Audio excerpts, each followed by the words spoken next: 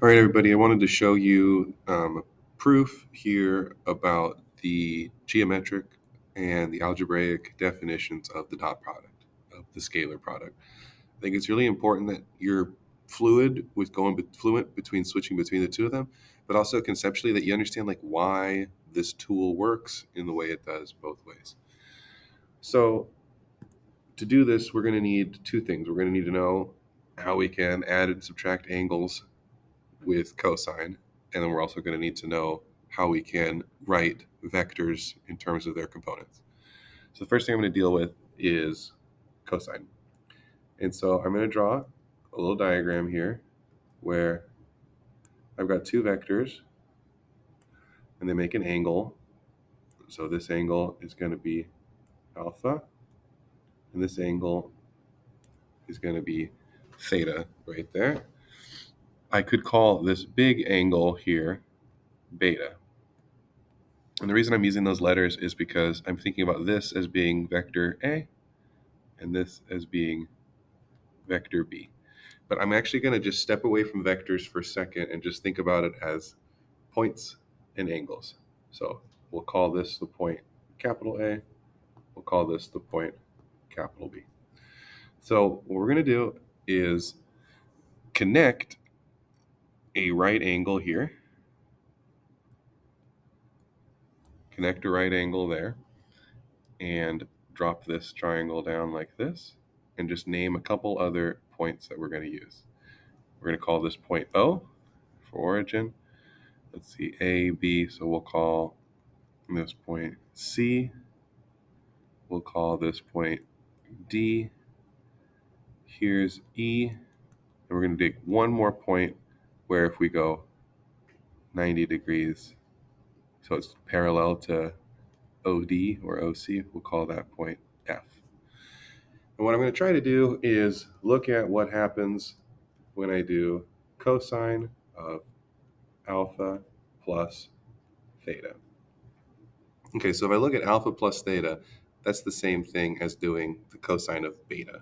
So I'm looking at the bigger angle right there, and cosine is the adjacent side divided by the hypotenuse.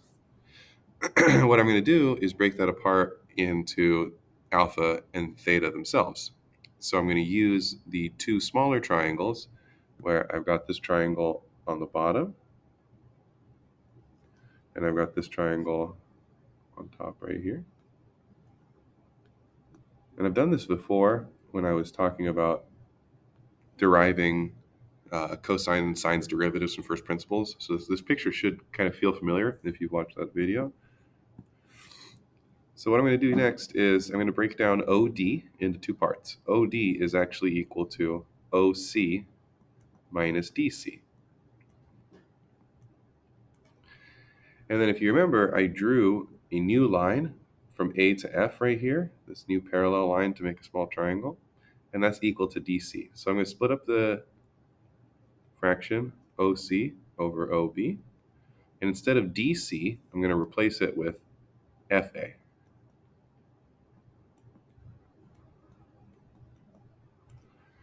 And then neither of those work perfectly for a triangle. They aren't ratios of two sides of a triangle. So what I'm going to do is multiply by a clever version of 1. And I'm going to split it up like this so that basically I'm switching who's the numerator and denominator that they're related with. So what I want is I want OC. If you look back at the original picture, OC is the bottom of the purple triangle. And I want that to relate to just alpha. So I'm going to relate it to OA because that's the top of the purple triangle. And bring in OA here. But it turns out that OA is not just part of the purple triangle, OA is also part of the blue triangle. And so all I did there was multiplied by the number 1. Same thing with the other picture. OB is the hypotenuse of the blue triangle. And I'm going to relate that to AB, this outer edge here on it, because that is related to both FA and it's related to OB. So if you look at AB and AB, you can see that I did just another version of 1. Now, one thing that was really confusing to me when I was learning this proof is how this little triangle that I'm outlining in black relates to the other angles. Well, what I know is that if this angle down here is alpha, then this angle up here has to be 90 minus alpha. That means that this angle also has to be 90 minus alpha. There's a right angle here, so this top angle right here also needs to be alpha. So let's say that one more time. Alpha is down in the bottom left, so 90 minus alpha is in the top right. Vertical angles copies it over. 90-degree angle here by construction. Alpha has to be up there at the top again. So angle FBA is also alpha. And that's what we need to complete this first part of the proof. So OC over OA is adjacent over hypotenuse for alpha. OA over OB, OA is the blue, OB is the blue hypotenuse, it's for theta. Adjacent over hypotenuse for theta. Now FA over AB, that is a little right triangle that I drew in black. Little right triangle that I drew in black. And so FA is opposite of alpha. Alpha is the top angle, FA is on the bottom side. So that is a sine that we are writing. It is the sine of alpha. And AB over OB is the sine of theta because AB is opposite of theta. Okay. So that's the first step. I haven't really talked about vectors yet. We'll get to vectors in a second. But I just wanted to establish that, which, you can also just grab it from your formula packet. But I like to be able to prove things from first principles. Everything has to be justified. So then the next piece I'm going to use is that if you look at our good old friend, the unit circle, if you move x degrees or x radians counterclockwise, and if you move negative x in the clockwise direction, your 2 points are going to have the same x value. They're going to be exactly vertical of each other. So cosine of x is the x coordinate, sine of x is the y coordinate. Down here we have cosine of negative x, sine of negative x. And from this we can conclude 2 things. We can conclude that cosine of x is equal to cosine of negative x because they are exactly on top of each other. They have the same x coordinate. If you rotate an equivalent amount clockwise and counterclockwise, you'll have the same x value. And they are a mirror image in the y direction. So sine of negative x is negative sine of x. Or the other way around. It's the opposite. One is the opposite of the other. So I'm going to take my original statement about cosine of alpha plus theta, and I could rewrite that in terms of beta. And this is getting closer to where we're going to do our vectors. So hang with me. We're coming back to vectors in just a second. If I try to write what cosine of beta minus alpha is, and this would be useful if I wanted to know the angle between 2 vectors. Because I got vector B and then I got vector A, but if I subtract those vectors, then I'll get the angle in between them. So that's why I'm looking at cosine of beta minus alpha. I'm going to use my formula that we proved at the first part of the video. I'm just going to use it verbatim. Cosine beta, cosine negative alpha, minus sine beta, sine negative alpha.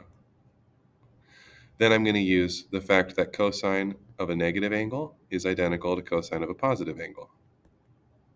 So we have cosine beta, cosine alpha. Then I'm going to use the fact that a negative angle can pop the negative outside for the sine. So I have minus sine beta negative sine alpha. So that becomes cosine beta cosine alpha plus sine beta sine alpha. And so what that tells me is that the angle theta, the angle in between the two vectors, is this formula right here. At the beginning of this video, I promised you that it was about the scalar product. So let's get back to that. If we think about our vectors in 2 dimensions, we could think of vector A as having an x-coordinate and a y-coordinate, a1, a2. And vector B is b1, comma, b2. So now I'm just going to go through and write our formulas. Cosine of beta is adjacent over hypotenuse. So adjacent is b1.